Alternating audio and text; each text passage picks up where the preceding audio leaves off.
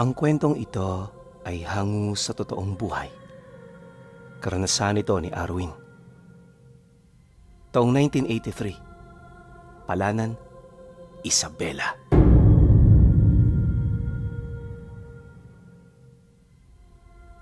Sa isang liblib na sitio sa Palawan, naninirahan ang pamilya ni Arwin. Malayo man sa mga bayan, kontento naman sila sa kung anong buhay na meron sila. Hindi man masasabing nakakaangat sa buhay, mayaman naman sila sa ibang bagay na hindi basta-bastang nakukuha ng mga taong may kaya. Bukod sa magandang kalikasang pumapalibot sa kanilang lugar, hitik din sila sa mga lupang likas ng mapagkukunan ng pagkain. Halos lahat ng kailangan doon pinuno libre na, kaya ang pera sa lugar na yon wala na halos halaga. Magagamit mo lang ito kapag pupunta ka sa mga karatig baryo. Subalit dahil sa pamilya sila ng masisipag, wala gaano silang panahon para tumungo sa ganoong matataong lugar. Kung ang ibang pamilya doon kailangan pang pumunta ng karatig baryo para kumuha ng mga kailangan nilang sangkap, sila Arwin matyaga itong kinukuha sa kalikasan. Kung kape, mga sangkap sa pagkain, materyales ng kasuotan lang din ang pag-uusapan, napakarami nila nito. Madali rin para sa kanila na makakuha ng asin gamit ang sinaunang instrumento na hindi na gaanong ginagamit ngayong pangkasalukuyang panahon. Para makalikom ng asin kahit malayo, gumagawa sila ng matataas na poste kung saan sa pinakaibabaw nito may mga hibla ng buhok ng hayop kasama ng mga dahong madaling kapitan ng hamog. Ilang araw din yung mamamalagi sa itaas hanggang sa lumipas ang 1 linggo. Pagkatapos nun, kukunin nila ang balahibo ng hayop para ibilad sa araw. Ang mga naiwan doong hamog, mamumuo bilang mga asin na dinala ng hangin. Di hamak din na mas malasa ang asin na nakukuha nila sa ganoong paraan, kaya halos ito lang ang kanilang kinakailangan kapag nagluluto sila ng mga karne ng hayop. Ayon pa kay Arwin na maraming pamamaraan ng kanyang mga magulang, kaya noong mga panahong yon, hindi na sila dumedepende sa mga produktong nakukuha nila sa mga baryo. Wala na rin halos silang problema, maliban na lang sa mga dayong napapadpad sa lugar nila. Langid kasi sa kaalaman ng marami, may 2 pamilya sa sityong yon na may dugo ng aswang. Yung 2, kaibigan mismo ng tatay niya, at ang mga ito ayon sa kanyang ama, ayaw na may nakikitang dayo sa lugar nila. Minsan na rin itong nasaksihan ng bagsik ng 2 pamilya, kaya paulit-ulit nitong sinasabi sa kanila, mag-iingat kapag kausap nila ang mga taong yon. Madalas na rin pinapaugali sa kanilang magpakita ng respeto sa kanilang mga kausap sa pamamagitan ng pagiging mahinahon at paggamit ng magalang na salita. Dagdag pa ni Arwin na kahit nga siya noon, hindi talaga may pagkakailang totoong sinasabi ng tatay niya. Yung mga pamilya kasing nabanggit, literal na puro matatanda na ang kaanib. Yung bunso nga ng mga ito, nasa edad 50 anyos na, tapos yung panganay naman, parang nasa 80 na. Ang mas nakakapagtaka pa, bakit buhay pa ang mga magulang ng taong yon? Wala ring mga asawa ang anak nito, na animoy nakadepende ang lahat sa pasya ng mga magulang nila. Madalas ding hindi nagkakausap ang 2 pamilya, senyales na may nangyayaring hindi nalalaman ng marami sa kanila. Sa loob ng ilang taong kasama nila ang mga ito sa sitio, ni minsan hindi pa nila ito nakitang pumitas ng mga gulay. Palagi ring karne ang kinakain ng mga ito, na araw-araw namang iniaangkat ng mga manlalakong palagi nang dumadaan sa kanilang lugar. Kung hindi baboy ramong kinukuha roon ng pamilya, mga maliliit na kalabaw na hapon-hapon nilang kinakatay. Walang makapagsasabi kung ano nangyayari sa karne matapos itong pakuluan. Gawa ng ultimo buto, wala nang nakakakita rito. Gayunpaman, sa kabila ng ganoong sitwasyon, alam nila Arwin na labas na ito sa kanilang problema. Di naman kasi nakakagulo sa lugar nila ang mga taong yon, kaya walang saysay kung gagawa nila ito ng masamang istorya. Aminado rin siyang lahat ng mga kalugar nila nagbibigay galang sa mga ito. Bukod kasi sa ayaw nilang may mangyaring hindi maganda, umiiwas din sila sa mga bagay na maaaring ikapahamak ng bawat isa. Ang problema, kahit anong pag-iwas nila, may dumarating pa ring pagkakataon kung saan wala na silang kontrol. Nagsimula ang mga kakaibang pangyayari sa kanilang lugar nung dumating ang tiyuhin ni Arwin. Malayo ang pinagmulan nito, gawa ng nakatira yon sa bayan ng San Mariano. Bantog din itong antingero at ang tanging nakakaalam lang ng tungkol dito ay ang kanilang pamilya. Di naman ito agad-agad na pumunta sa kanila pinuno. Katunayan, nagpaabot muna ito ng sulat para magpaalam. Nangako rin itong bibisita lang at magtatagal ito sa kanilang lugar ng 1 linggo. Nang mabasa yon ng kanyang ama, hindi na nito tinapos ang mensahe, sa halip agad itong gumawa ng sagot sa liham na ipinaabot ng tiyuhin niya. Pagkaraan ng ilang araw, nang mapagtanto nitong nakarating na ng San Mariano ang telegrama, naging panatag na ito. Ngunit ang hindi nila alam, nasa kasagsagan na pala ng paglalakbay ang tiyuhin niya. Isang araw bago ito dumating, nagkausap pa sila ng tatay niya habang nasa kasagsagan sila ng trabaho. Hindi niya kasi maisip noon kung bakit tumanggi ito sa binabalak na pagbisita ng tiyuhin niya. Nang marinig naman ito ang kanyang sinabi, bahagya naman yung napatigil sa pagtatrabaho kasabay ng pasimple nitong pagsilay sa kanya. Pagkatitigan naman nilang dalawa, napabuntong hininga lang naman ito habang sumasagot sa kanya ng, "Nakalimutan mo na ba ang mga kwento ko sa iyo, Arwin? Kung papayag ako sa gusto ng mangyari, para tayo naghahanap ng gulo rito. Mapanganib ang sumuway sa patakaran na kanilang ibinigay. Lalo na ang tingerong tiyuhin mo. Mas mainam ng ganito para walang gulo." Nang marinig naman niya ang sinabi nito, ipinagpilitan pa talaga niyang hindi malalaman ng dalawang pamilya na ang tingero ang tiyuhin niya. Dagdag pa niya na, kung makakausap nila ito bago dumating ng sityo, may posibilidad na maikubli nito ang totoo nitong pagkatao. Akala niya, makikinig sa plano niya ang tatay niya, pero minarapat nitong huwag sagutin ang kanyang mga agam-agam. Hindi mawari ni Arwin kung bakit gano'n ang ipinakita nito sa kanyang pag-uugali na para bang matindi ang nararamdaman nitong takot laban sa mga pamilyang nagpapanatili ng katahimikan sa kanilang lugar. Ilang oras pa ang lumipas. Matapos naman ang kanilang pagtatrabaho, umuwi sila na parang walang nangyari. Ganun pa rin naman ang ganap sa bahay nila hanggang sa pagdating ng pahinga. Kinabukasan, habang naghahanda naman silang mag-ama, laking gulat na lamang ng tatay niya nang masipat nito ang tiyuhin niyang kasywal na naglalakad sa daang malapit na sa bahay nila. Pinagtitinginan man ito ng maraming tao, tipikal na wala itong pakialam. Sa halip din na mabahala at masindak, nakangiti pa itong kumakaway sa mga taong napapansin itong nakatitig sa kanya. Nang masipat naman ito ng kanyang ama, nagmamadali naman itong lumabas ng bahay, bakas sa mukha ang matinding pagkagulat. Pagkapang-abot ng kanilang paningin, agad naman yung tinawag ng kanyang tiyuhin habang tumatakbo. Nang magkaharap na ang mga ito, agad naman yung pinagalitan ng tatay niya dahil sa pagpupumilit pa rin itong pumunta. Dagdag pa nito na, pwede naman sila na lang ang bumisita, kung kaya't hindi na nito kailangan pang mag-abala. "Sus, kilala na kita, Frederico. Sinasabi mo lang yan, pero di mo naman susundin. Huwag ka nang magalit.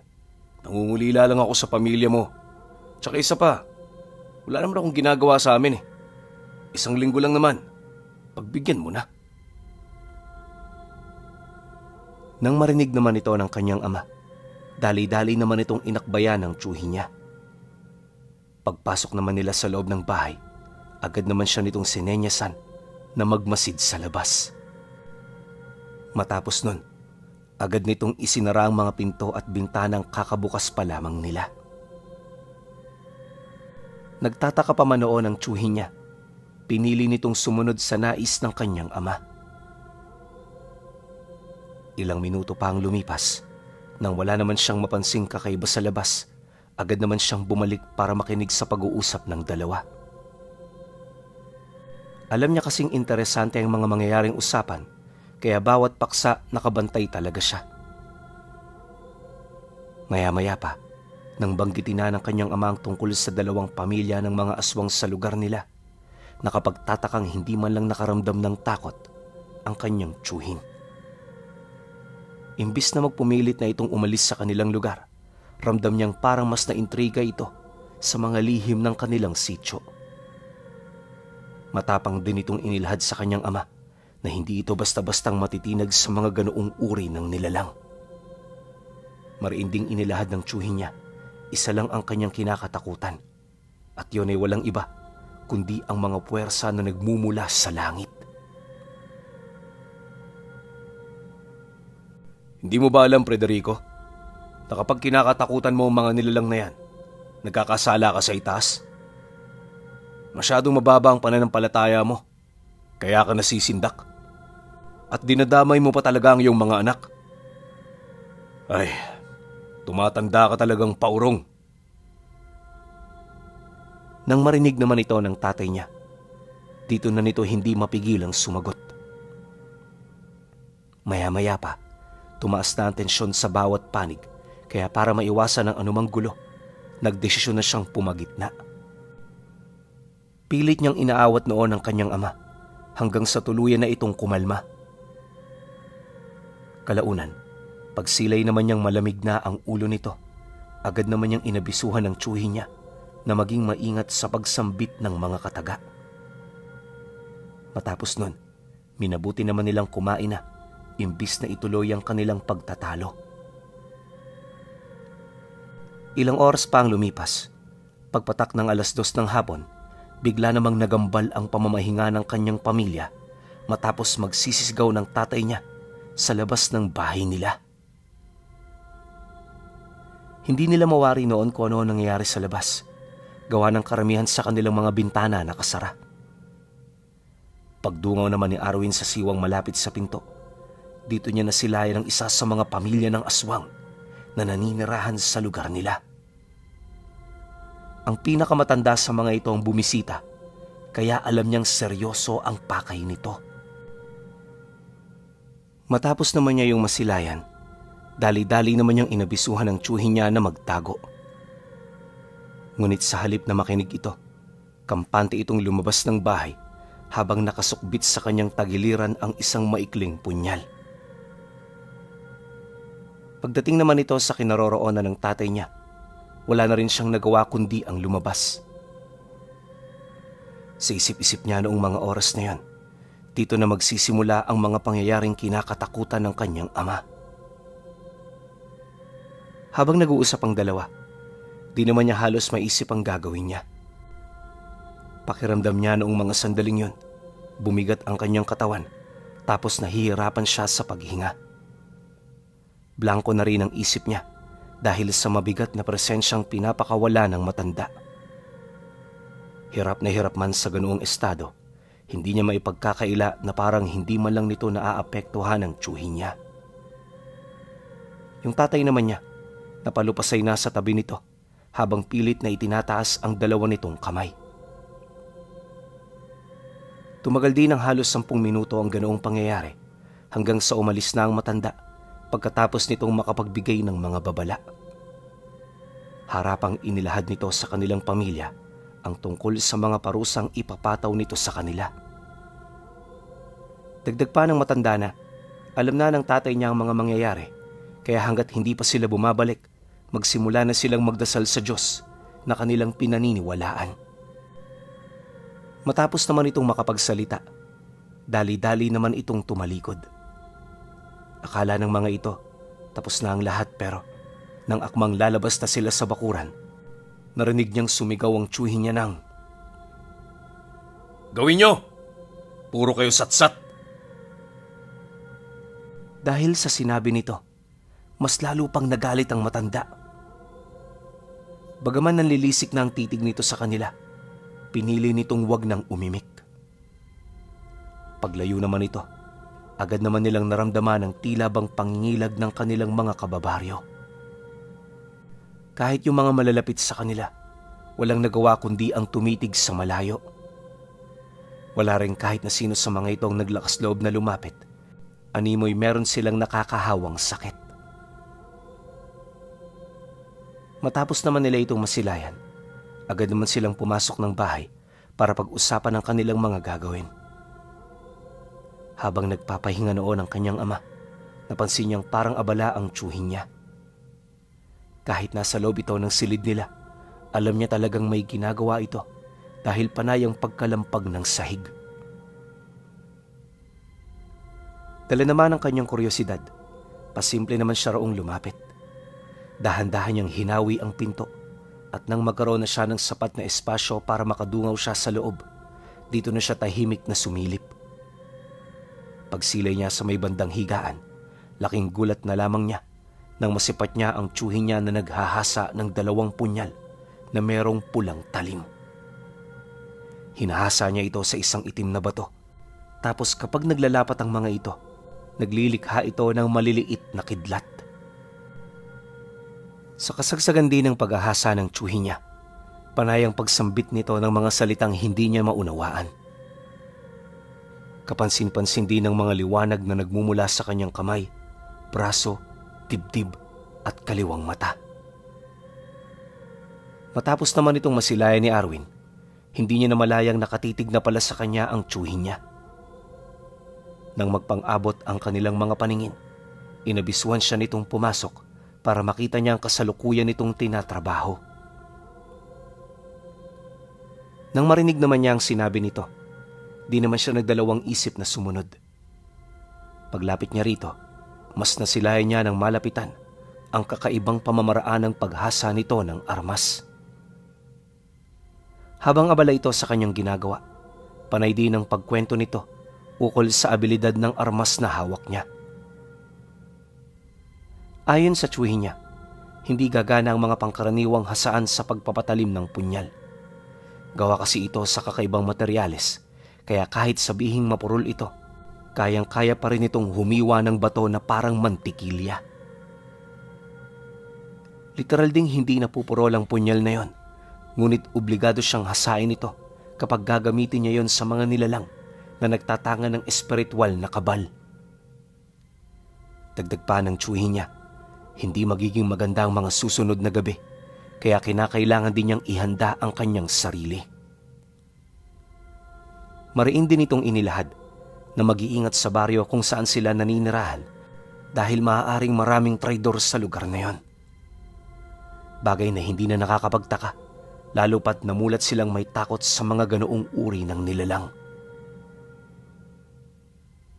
Nabanggit din ito na hindi siya kayang pasukin ng mga nilalang na kanyang nakasagutan dahil sa araw-araw niya itong nakakalaban sa lugar kung saan siya nagmula. Kumpiyansa rin ito sa mga karga niya na pinagkaisa na niya sa kanyang katawan. Nang marinig naman ni Arwin ang kwento ng kanyang tiyuhin, hindi niya may pagkakailang napanatag siya.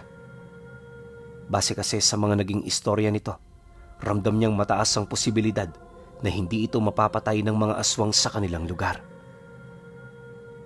Makalipas pa ang ilang minuto, tinigil na nga nito ang paghahasa. Niyaya na rin siya nitong lumabas, kaya tahimik naman siyang sumunod. Sa kanilang pamilya, tanging siya lang ang pinagkakatiwalaan ng tiyuhin niya. Dahil dito, siya ang nakasama nito sa pagtatanim ng mga pangontra sa labas ng bahay nila. Bawat pundasyon ng bakod, nilagyan nito ng iba't ibang uri ng bagay na hindi niya mawari kung ano.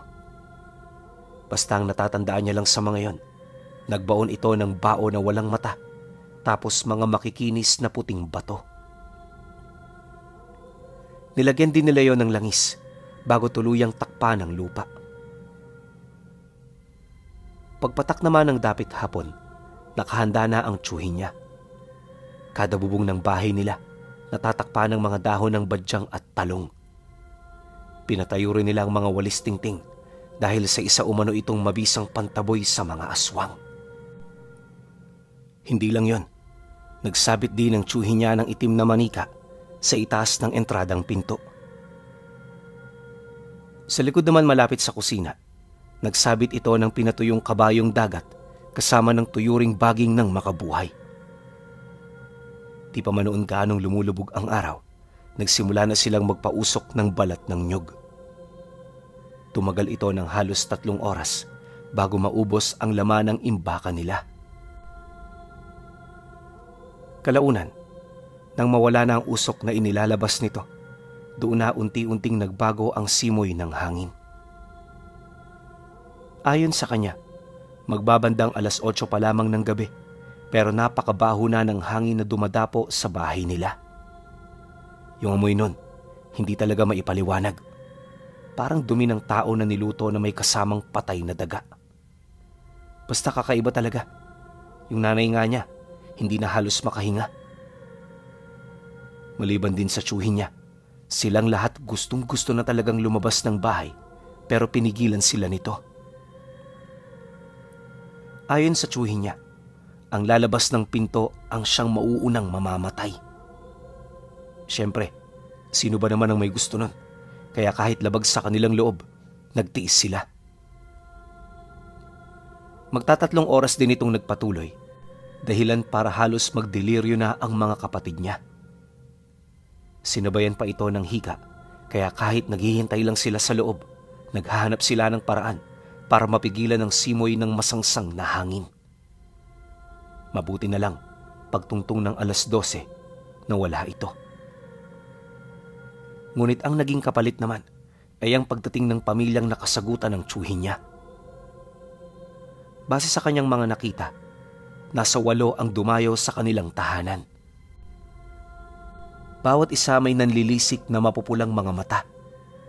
Nagaangil din ng mga ito na animoy isa na yon sa kanilang paraan para makahinga ng maayos.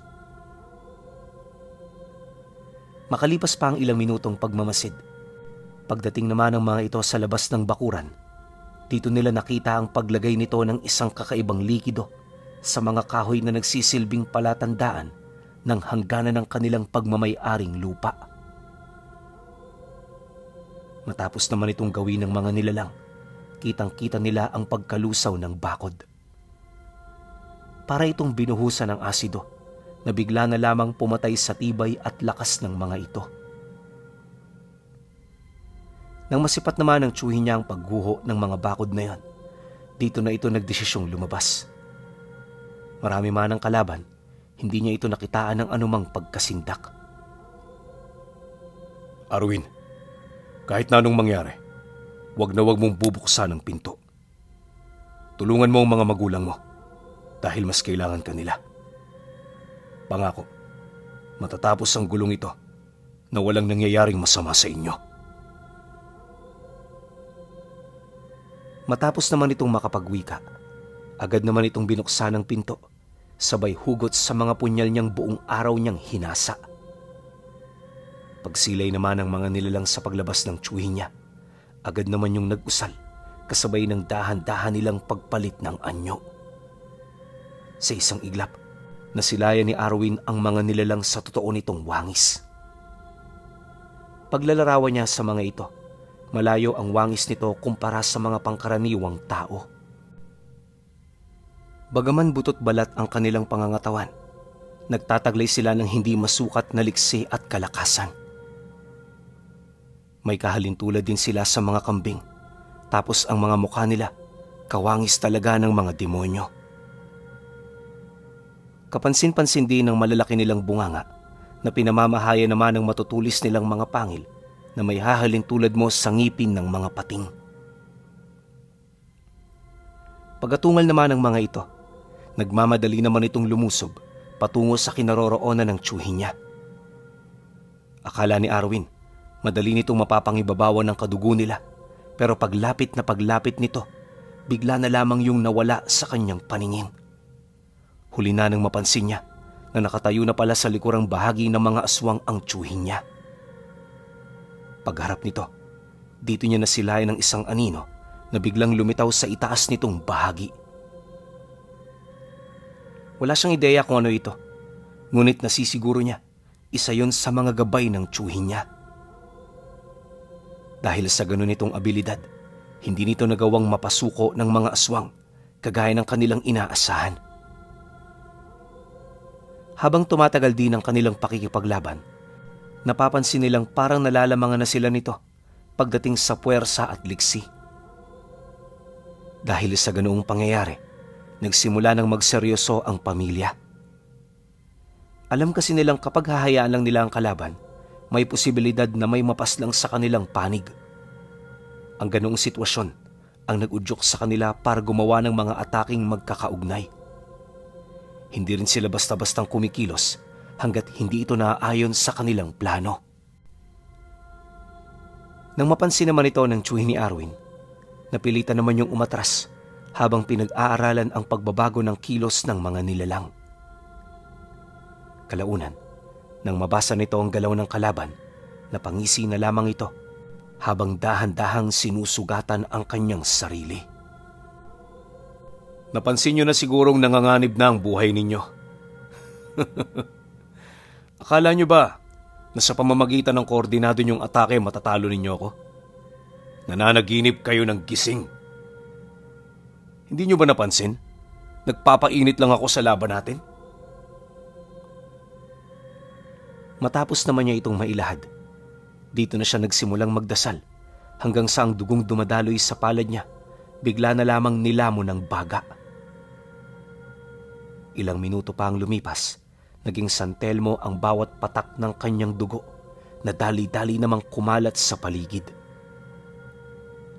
Pagsilay naman dito ng mga nilalang, pansamantala itong natigilan sa kanilang kinaroroonan. Gaano man kalawak ang aral na kanilang tangan, lahat sila naging mangmang sa harapan ng abilidad nito. Maya-maya pa, sinundan na rin yon ng malalakas na pagsimoy ng hangin hanggang sa muling tumama ang liwanag ng buwan sa lupa. Nang mapansin naman ito ng tiyuhin ni Arwin, dito na nito nakita ang paglapit ng anino ng mga kalaban niya. Sa puntong yon, alam na niyang nakalatag na ang kanyang plano kung kaya't nang maabot na ng mga anino ang kanyang paa, dito niya na ito dali-daling inapakan. Nang maramdaman ito ng mga aswang, bigla naman itong nagulat sa mga nangyari. Kahit anong subok nilang kumilos, hindi na nila ito magawa. Akala nila madadala nila ito sa puwersa pero nabigo sila. Nang mapagtanto naman ito ng mga aswang, dito na sila nagsimulang sumubok ng iba't ibang paraan. Subalit sa kasamaang palad, walang umepekto. Dahil sa ganoong pangyayari, ang tanging nagawa na lamang nila ay ang sumilay sa kanilang pangontra. Pagtitig nila sa kinaroroonan ni Arwin, nasipat nila itong nakatayo ng tuwid habang patuloy pa ring inaapakan ng kanilang mga anino. Maya-maya pa, bigla naman niya itong hiniwa gamit ang punyal kasabay ng pagwika nito sa mga nilalang ng "Hindi nakatuon sa pakikipaglaban ng tunay na kapangyarihan ng aking punyal. Ginagamit ito sa mga ritual na papatay sa mga kagaya ninyo."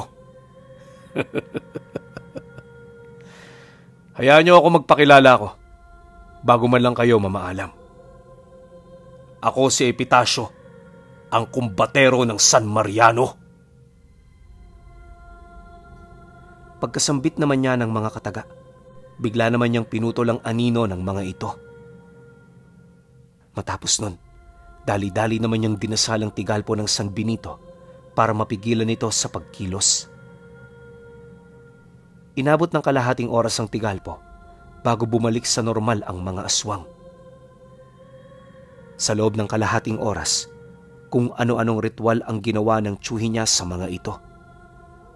Kapansin-pansin din ang pagkawala ng kanilang mga anino kahit tumatama sa kanila ang liwanag ng buwan. Matapos ang mga pangyayari, agad naman yung pinauwi ng tiyuhin niya. Kinabukasan, Nalaman na lamang nila na namatay na pala ang kabuuan ng pamilya. Nangyari ito sa kasagsagan ng bukang liwayway. Ayon sa kapitbahay ng mga nilalang, pagtirik na pagtirik ng araw, nakarinig sila ng mga sigawan sa loob ng bahay. Yung mga sigaw na kanilang narinig, parang nagmula sa mga taong kinakatay ng buhay. Nagtagal ito ng ilang minuto bago bumalik ang katahimikan. Nang mawala na ang ingay, nakasilay sila ng makapal na itim na usok na lumalabas sa bubong ng bahay. Pagdungaw nila sa loob nito, doon nila nakita ang bangkay ng mga nilalang na tustang-tusta na. Wala na rin yung mga buhay, kaya naglakas loob na ang mga kapitbahay nito na buksan ang pinto. Matapos naman yung malaman nila Arwin, hindi pa man sila nagkakausap ukol dito, dumating na ang ikalawang pamilya. Pagsilay naman nila sa mga ito, kapansin-pansin ang pagiging mahinahon ng mga nilalang. Kagaya ng inaasahan, hinarap naman ito ng tsuhi niya bit-bit ang punyal. Pagharap naman ng mga ito, inakala niya talaga noon na sisiklab na naman ang panibagong kaguluhan. Subalit sa hindi inaasahang pagkakataon, nakita niya ang mga nilalang na yumuko sa harapan mismo ng tsuhi niya. Pagkasambit nito ng titulong tangan nito sa San Mariano, bigla naman siyang nakaramdam ng kapanatagan. Maya-maya pa, nang magkausap na ang magkabilang panig, nangako ang mga nilalang na hindi sila nito gagalawin. Gayunpaman, nagpumilit ang mga itong ipagpatuloy ang kanilang kalakaran sa lugar. Hindi naman ito pinigilan ng tsuhi niya, lalo pat alam nitong kinakailangang kumain ng mga aswang. Matapos ang pangyayari, naging payapa na sila. Pagkaraan ng isang linggo, umalis ang tsuhi niya. Iniwan naman sila nitong walang kahit na anong karga. Gawa ng kampante ito na tutupad sa pangako ang mga natitirang aswang. Dekada pa ang lumipas, nagpatuloy ang kanilang pamumuhay doon nang hindi sila nakakaranas ng karahasan. Magpahanggang ngayong pangkasalukuyan pinuno, kahit lumipat na si Arwin sa baryo, alam niyang ligtas pa rin ang kanyang kadugo sa sityo na pinamumunuan ng dalawang pamilya na may dugo ng aswang.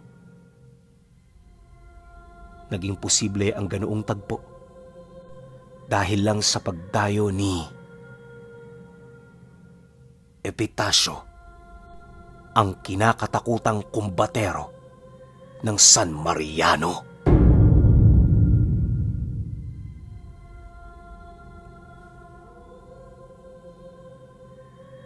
Grabe, sobrang angas ng tsuhin mo, Arwin. Sana may iba pang kwento tungkol sa kanya, no?